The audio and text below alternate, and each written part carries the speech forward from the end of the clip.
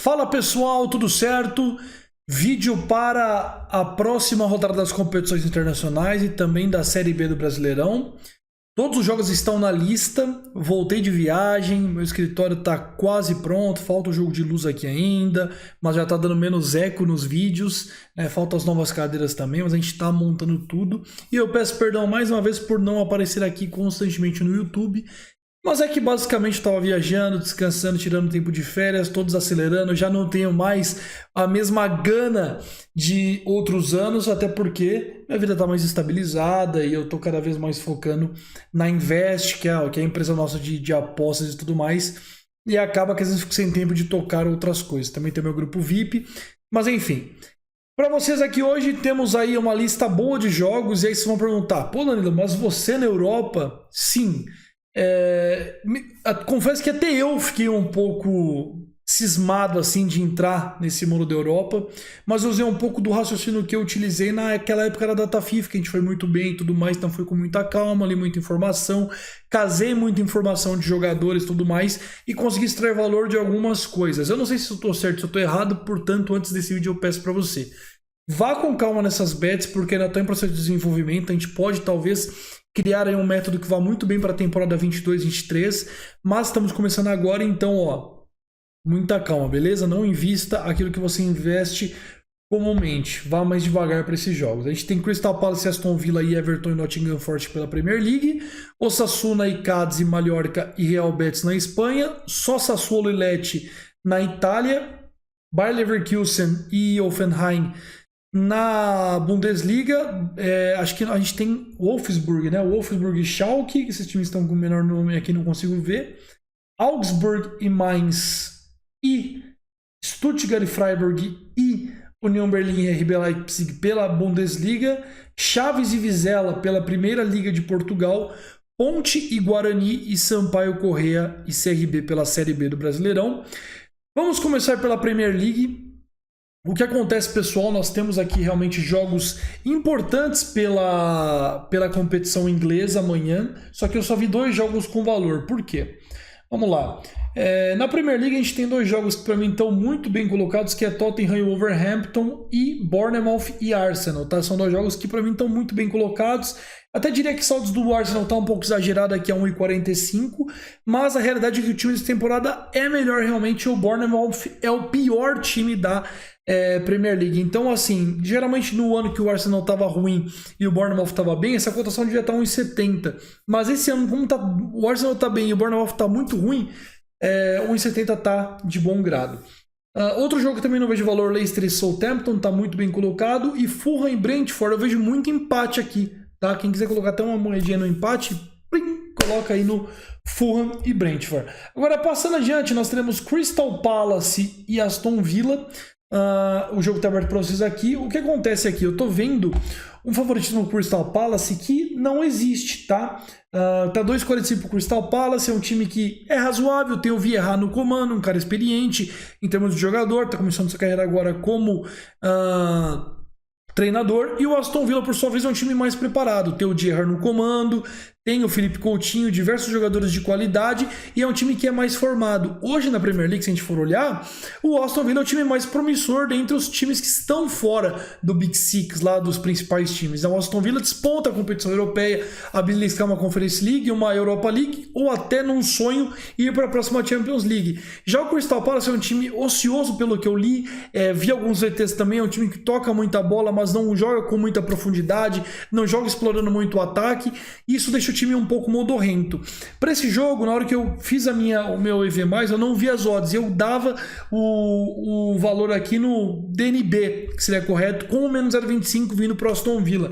E acontece que está invertido, o Crystal Palace está sendo colocado como favorito e o Aston Villa está dando mais 0,25. Então, para mim aqui, a bet nesse jogo é uma unidade, não mais 0,25 do Aston Villa. Lembrando que unidade reduzida. Quando eu falar uma unidade reduzida normal, minha unidade reduz mais ainda, beleza?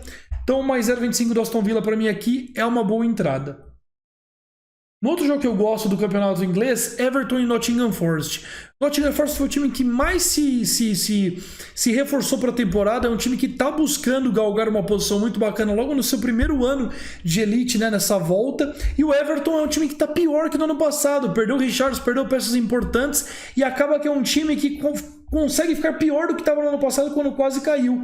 E para mim não tem sentido algum você colocar uma odds de 1,85 para o Everton ganhar essa partida, tá certo? Tá pagando 1,91 para o Everton ganhar a partida e eu não acho que é uma cotação justa aqui, né? Por isso que o chance dupla do Nottingham Forest aparece com um bom valor, só que mais do que chance dupla, na 365, por exemplo, tá pagando mais 0,75 do Nottingham Forest, tá pagando 1,75 e eu vou nessa aposta. Por quê? Porque para mim o Nottingham Forest hoje tá acima do Everton, o Everton tá numa bagunça total e você tá pagando aqui 1,85, 1,90 só pelo tamanho da camisa do Everton e por ele jogar em casa, mas o Everton não é mais aquela equipe de antes.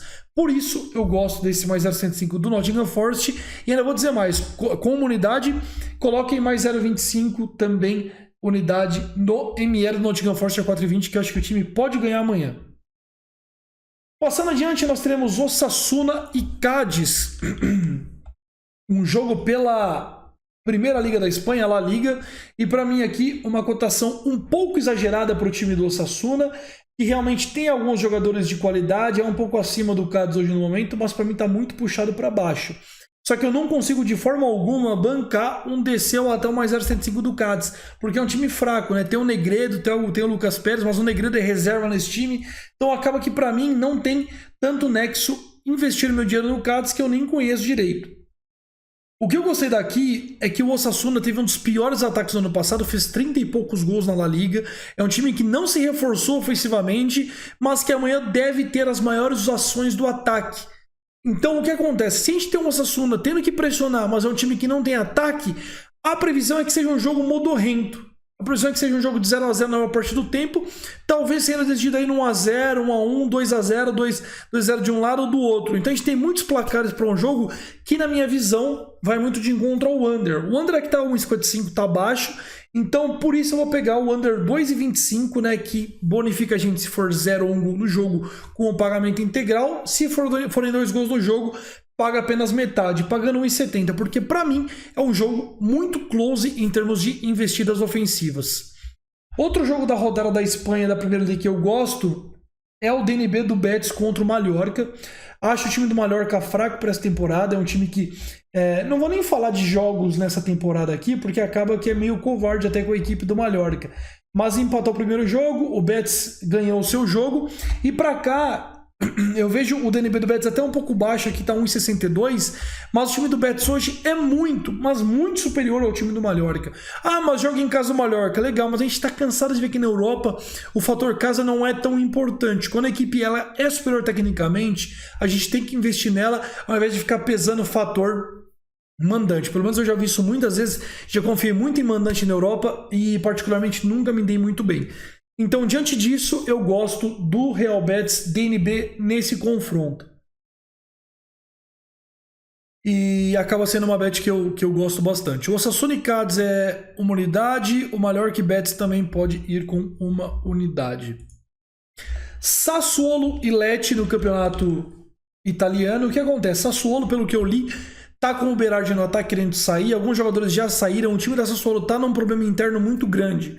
É um time tecnicamente bom, é um time que tem algumas peças de valor, só que em termos de coesão, de time fechado, de time planejado, o time da Sassuolo ele não consegue ter uma coesão, e o que preocupa muito a comissão técnica da equipe.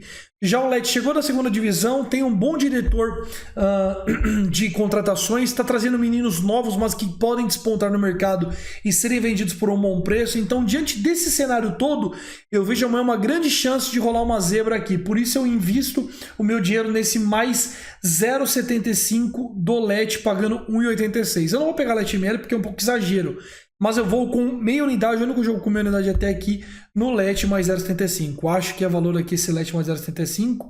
Vejo realmente um Sassuolo que tem melhor time, mas que está atrapalhado. O Berardi que sai na mão com um cara na Copa Itália. É um time que precisa se ajeitar. E diante dessa conturbação toda que está rolando, o Lecce ganha força. Partindo para a Bundesliga, nós teremos Bayern e Hoffenheim. O Bayer Leverkusen tem um elenco bacana para essa temporada, não é um grande elenco, mas é um elenco ali para brigar por competições europeias, e o Hoffenheim chega bem abaixo do que já foi em outros anos. Tá 1,70 pro Bayer Leverkusen ganhar essa partida. Eu acho um pouco jogado para baixo isso aqui, mas eu acho que no fim das contas amanhã é o dia que o Bayer vai ganhar esse jogo. Até porque tem um time melhor, o must-win do time tá alto, ainda não venceu na competição, nem empatou, perdeu 2 jogos e tem um time melhor que o Hoffenheim. Só que essa cotação aqui, ela tá justa. O que eu quero fazer aqui é realmente analisar a partida no live e ver se eu quero apontar alguma coisa no menos 0,25 pro Leverkusen. Então vamos assistir o jogo e talvez no ao vivo a gente entra no Leverkusen. Ah, Danilo, como eu fico sabendo se você vai entrar ou não no Leverkusen? Olho no meu canal gratuito, porque lá eu vou postar a entrada aqui se eu achar padrão para entrar nesse Bayer Leverkusen menos 0,25 contra o Hoffenheim, tá certo? E passando adiante, Wolfsburg e Schalke. O Wolfsburg fez um bom mercado de transferências em termos de valor gasto, só que não foi um mercado tão espantoso. E você dá essa cotação de 1,83 contra o Schalke, eu acho que tá um pouco de exagero. Tudo bem que o Schalke vem da segunda divisão, tudo bem que o Schalke não tem o mesmo elenco de outros anos, é basicamente um Everton da Alemanha, só que é um Everton em período de reconstrução contra um Wolfsburg que não apresenta nada de outro mundo.